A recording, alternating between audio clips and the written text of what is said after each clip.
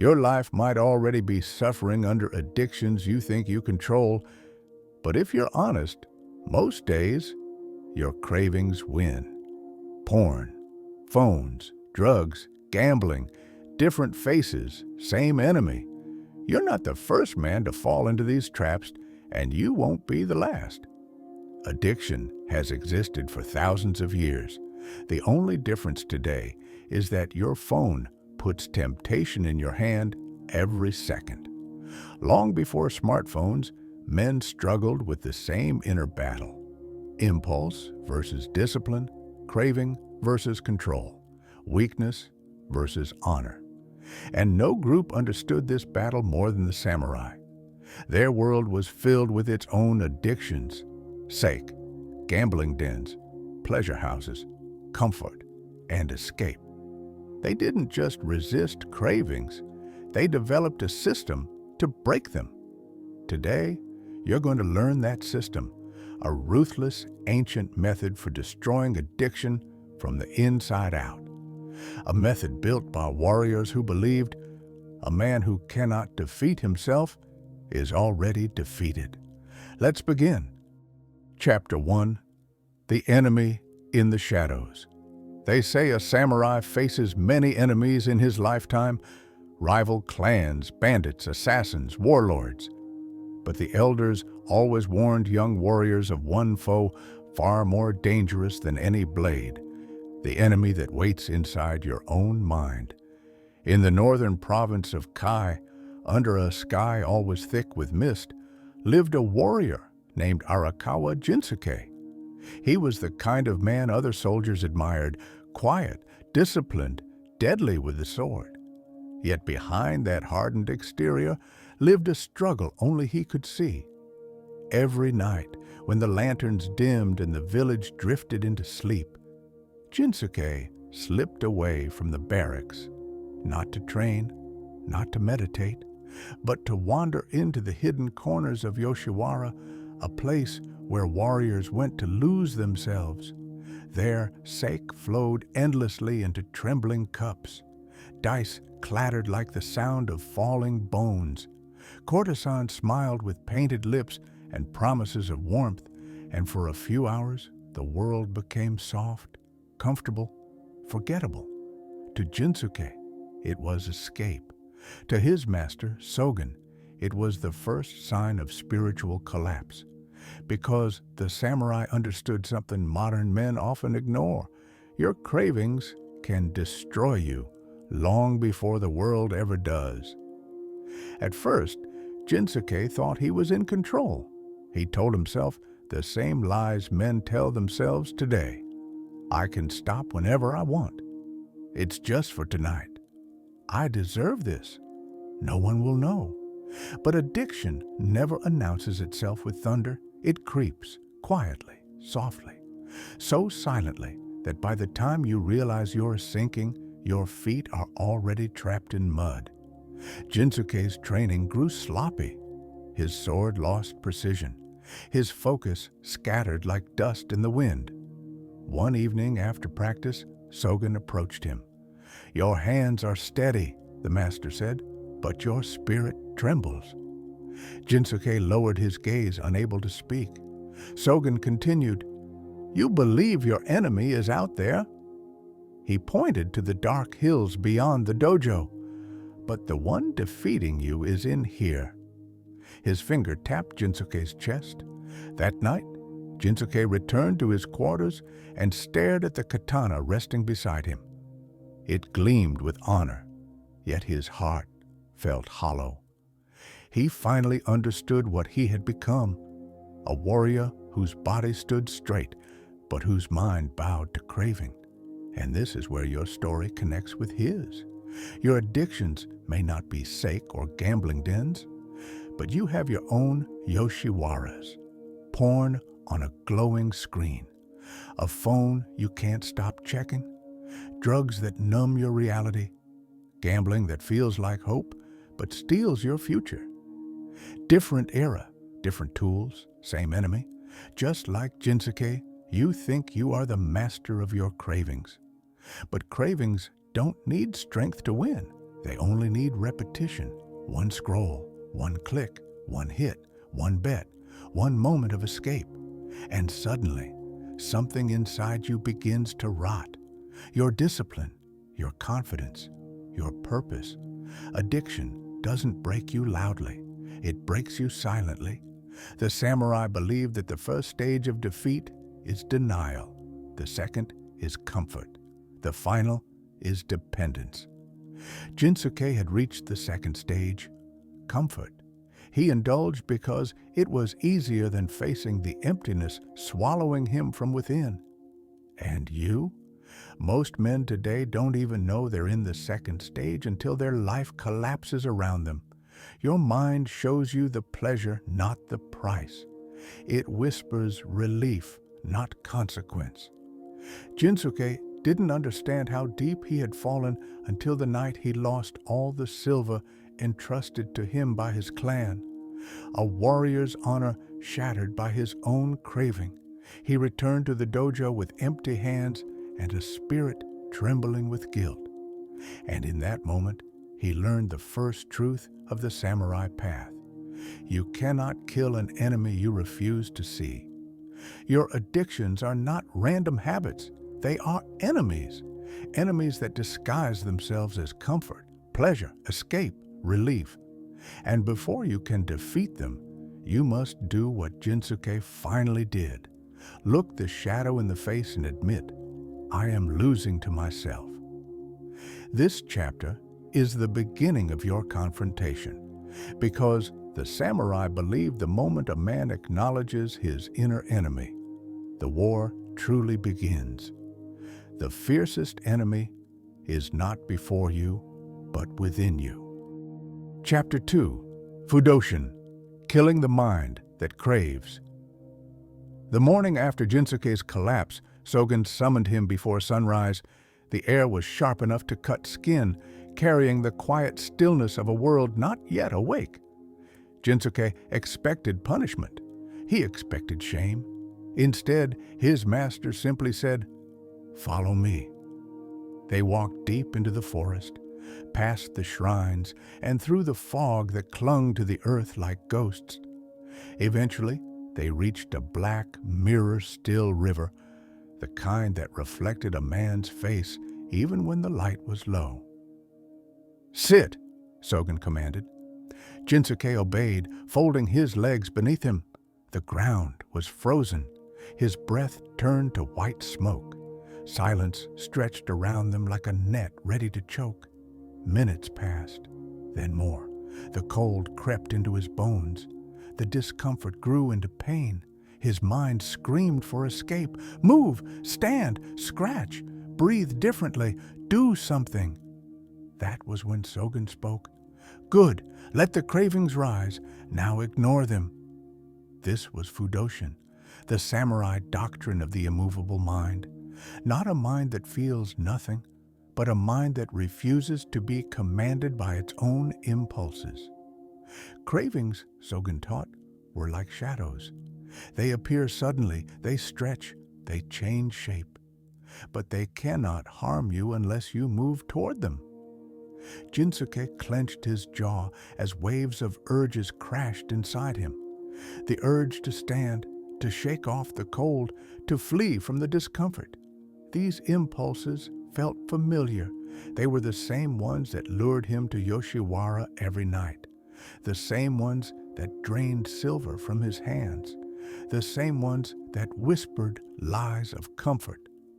Sogen continued, his voice a low echo through the trees. "Your weakness is not the sake. It is not the dice. It is not the courtesan's hand. Your weakness is how quickly you obey your mind." This is where ancient samurai wisdom meets modern addiction psychology. Your addiction today, porn, your phone, drugs, gambling, is not caused by the substance or the device. It is caused by your instant obedience to craving. A craving appears. You react, and the pattern repeats until your brain forgets how to resist. The truth is simple but brutal. You do not have a porn problem. You have an impulse control problem. You do not have a phone addiction. You have a craving obedience addiction. You do not have a drug problem. You have a mind surrender problem. You do not have a gambling addiction. You have a hope spike addiction. Modern men think cravings are commands, but they are just sensations. Your brain sends a wave, a spark, a sudden tilt in emotion, and without thinking, you move. Fudoshin is the art of not moving. Back at the river, Jinsuke felt his legs tremble. Needles of cold tore through him. His mind screamed for escape, louder and louder, each second stretching into eternity. But Sogen remained still as stone. He whispered, "Observe the craving. Do not answer it." For hours Jinsuke sat, and for hours his mind attacked him, offering bargains. Just move once. Just shift your weight. Just stand for a moment. No one will know. This is the voice you hear every day. Just check your phone once. Just open that tab for a moment. Just take a little hit. Just one more bet. But every time you answer that voice, you strengthen it. Every time you obey, the craving grows. Every time you move, you surrender. When the sun finally broke through the fog and scattered light across the river, something changed in Jinsuke. A craving rose up, sharp, strong, overwhelming, but for the first time, he simply watched it. He didn't move, he didn't obey, he let it burn. And then it passed.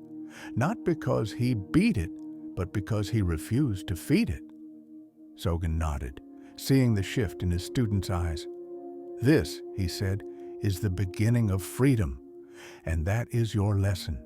You cannot stop cravings from rising, but you can stop responding. This breaks the cycle.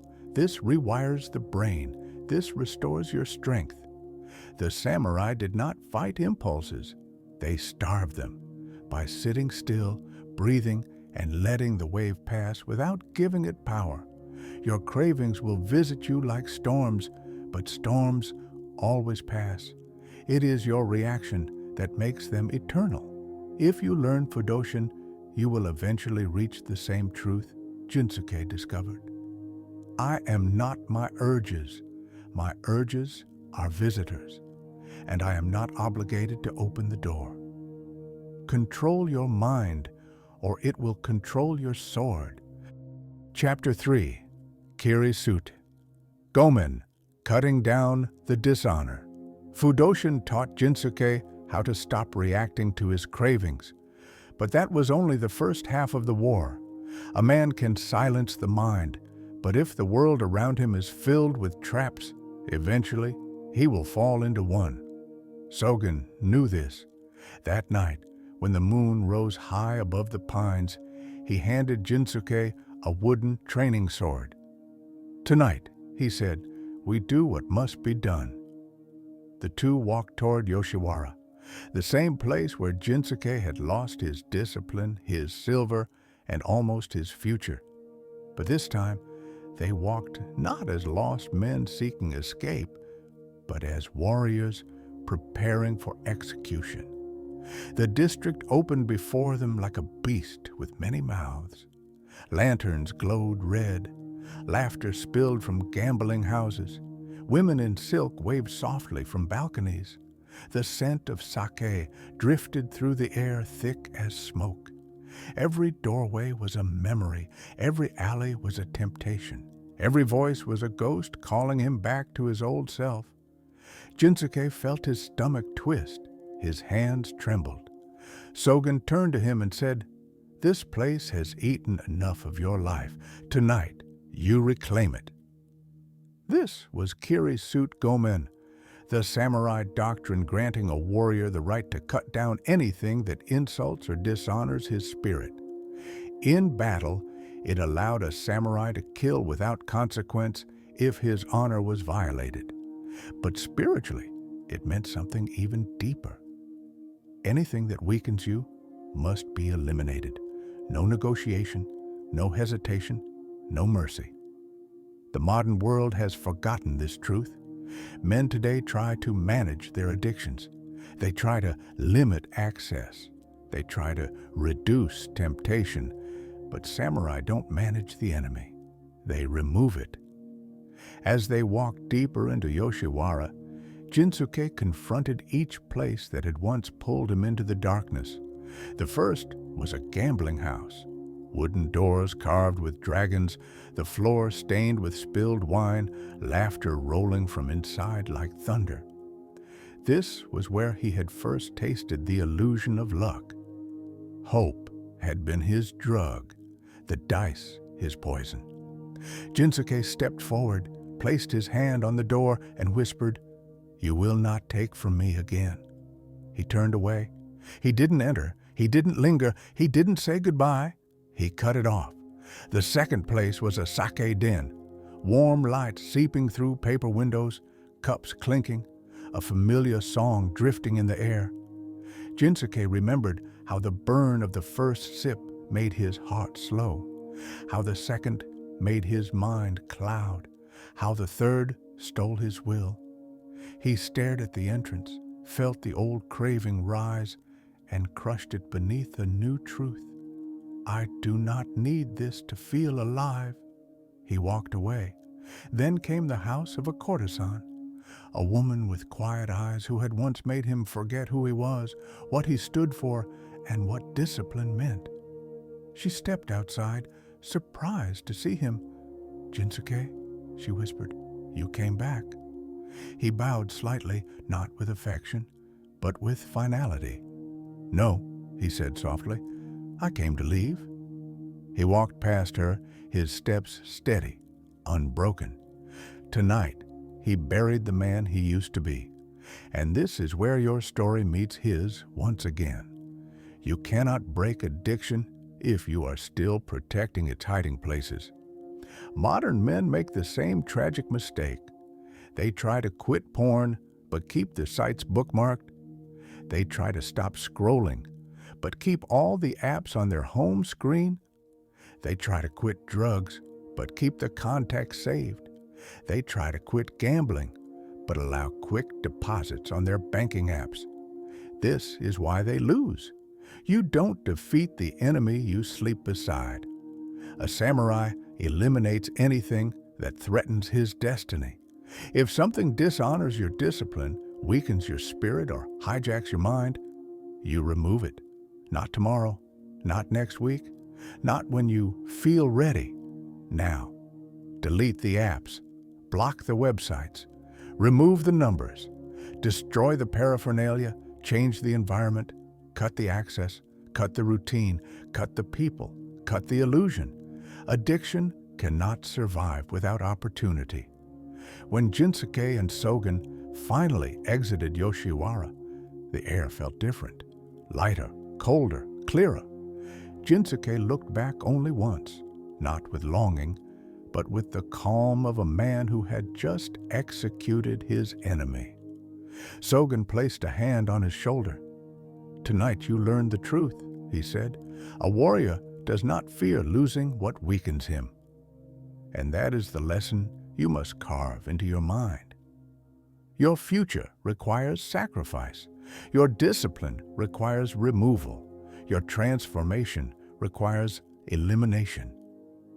Addiction dies the moment you take away its oxygen.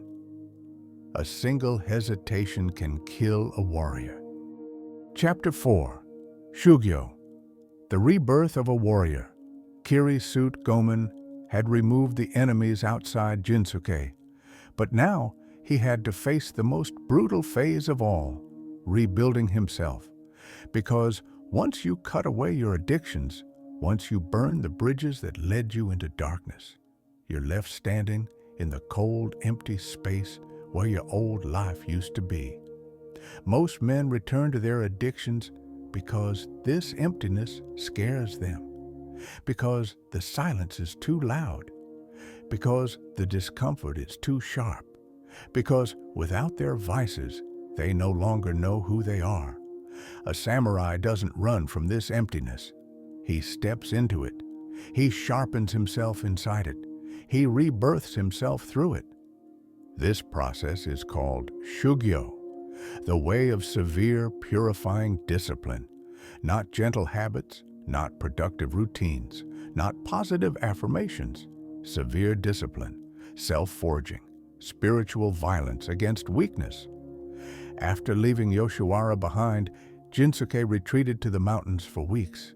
No courtesans, no sake, no gambling, no distractions, only the quiet cruelty of nature and the rawness of facing himself without anesthesia.